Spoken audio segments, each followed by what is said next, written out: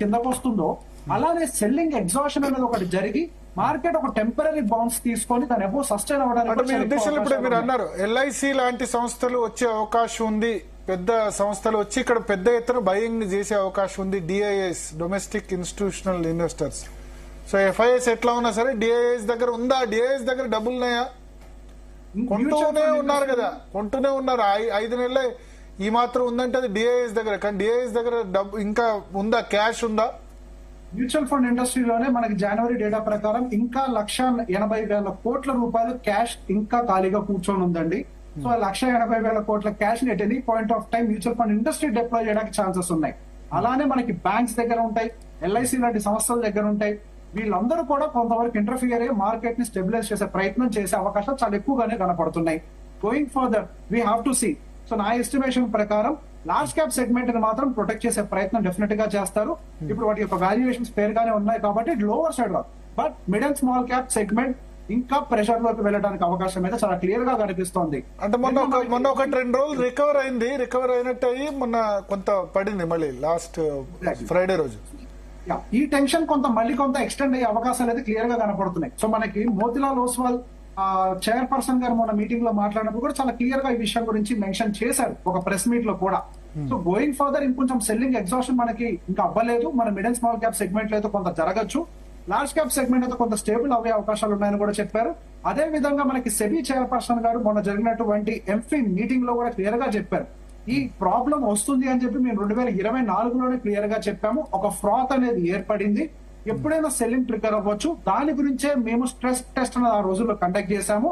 మళ్ళీ ఇప్పుడు దాని యొక్క వాల్యుయేషన్స్ గురించి మాట్లాడుకోవడంలో ఎటువంటి ఉపయోగం లేదు అన్న దాని గురించి కూడా స్పెసిఫిక్ గా చెప్పారు. So mid and small cap segment లో సమస్యలు ఉన్నాయి కానీ లార్జ్ క్యాప్ సెగ్మెంట్ లో మాత్రం ఇంకా సమస్యలు. మిడ్ అండ్ స్మాల్ క్యాప్ ఇంకా 10% పడుతుందా? 10-15% పైన పడే అవకాశం ఉంటుందా?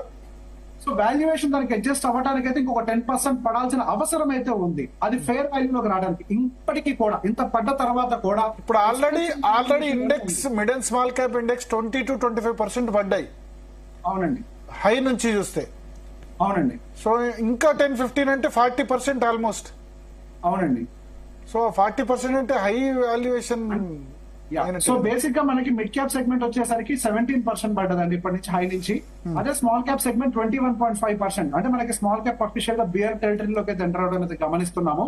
సో అక్కడి నుంచి ఇంకా ఫాల్ మనకి స్మాల్ క్యాప్ సెగ్మెంట్ లో అయితే ఇప్పుడున్న లెవెల్ నుంచి అవుట్ రేట్ గా మనకి ఇంకొక 10% ఎక్స్టెండ్ అవ్వడానికి అయితే చాలా హై ప్రాబబిలిటీ ఉంది.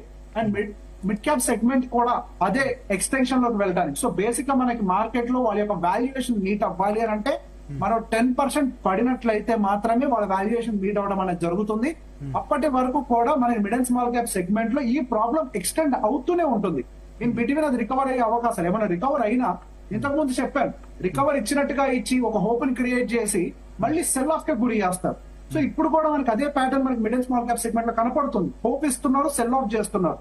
సో మనం దాంట్లో పార్టిసిపేట్ చేయడం కంటే large cap segments already fair వాల్యూలో ఉన్నాయి. ఒకవేళ పడ్డా ఇప్పుడు తీసుకునేటువంటి రిస్క్ అనేది రిస్క్ రివార్డ్ రేషియో, అంటే మనం పెట్టేటువంటి పెట్టుబడికి రివార్డ్ ఎక్కువగా ఉంటుంది when compare to risk. So basic గా మనకి ఇప్పుడు లార్జ్ క్యాప్ సెగ్మెంట్ అనేది మంచి వాల్యుయేషన్స్ లో ఉన్నాయి. ఇంతకు ముందు కూడా చెప్పాం 2-3 సంవత్సరాలు మనకి mid and small cap segment Nifty 15 under perform చేసిన చరిత్ర చాలా సార్లుగా ఉంది. కాబట్టి ఇప్పుడు మళ్ళీ అది మనం చూడబోతున్నాము అనేది నా ఎస్టిమేషన్. కొంతమంది అంటారు లాంగ్ టర్మ్ కోసం అయితే ఇబ్బంది లేదు, మిడ్ అండ్ స్మాల్ క్యాప్ తీసుకున్నా పర్లేదు, ఒక 3 సంవత్సరాలు 4 సంవత్సరాలు చూస్తే ఈ లెవెల్లో కూడా ఇబ్బంది లేదు లాంగ్ టర్మ్ ఇన్వెస్టర్స్ అయితే అంటున్నారు. వాస్తవమేనాది? సో ఇప్పుడు మనకి వెన్ కంపేర్ ఇక్కడ పాయింట్ అలా మీరు కరెక్ట్ గా చెప్పారండి. ఇప్పుడు తీసుకుంటున్నాము అని అంటే నెక్స్ట్ అవుట్ పర్ఫార్మ్ ఏది చేసే అవకాశం ఉందో దాంట్లోకి ఎంట్రీ తీసుకుంటే మనకు మార్కెట్ ఇచ్చేటువంటి రిటర్న్ తీసుకుంటాం. ఎస్, మనం మిడ్ అండ్ స్మాల్ క్యాప్ లో మనకు ఒక టైం వరకు ఇన్వెస్ట్మెంట్స్ చేస్తే డెఫినెట్ గా రిటర్న్స్ వస్తాయి. సో దానికి సంబంధించి నేను రకరకాల టెస్టింగ్ మెథడ్స్ యూజ్ చేసి మ్యూచువల్ ఫండ్స్ లో కూడా చేసి చూసినట్లయితే 3-4 సంవత్సరాల వరకు ఎస్ఐపిస్ రిటర్న్స్ రాని సంవత్సరాలు గత 20 సంవత్సరాల్లో చాలా ఉన్నాయి. మనం దీన్ని 5 భాగాల కింద పోయిన 20 సంవత్సరాలను డివైడ్ చేసినట్లయితే 3 భాగాలు అంటే 15 సంవత్సరాల వరకు కూడా మనకి యావరేజ్ 3 to 4 years రిటర్న్ రాని సంవత్సరాలే ఉన్నాయి. ఈవెన్ 10 year యావరేజ్ లో కూడా 5 years రిటర్న్ రాని సంవత్సరాలే ఉన్నాయి ఎస్ఐపి చేసినప్పుడు కూడా. మేబీ ఇక నుంచి మనము ఆ ఫేస్ ని చూసే అవకాశాలు ఎక్కువగా ఉన్నాయి ఈ mid and small cap segment లో. ఆ ఫ్రాత్ వల్ల కొంతవరకు మనకి రిటర్న్స్ కనపడవు.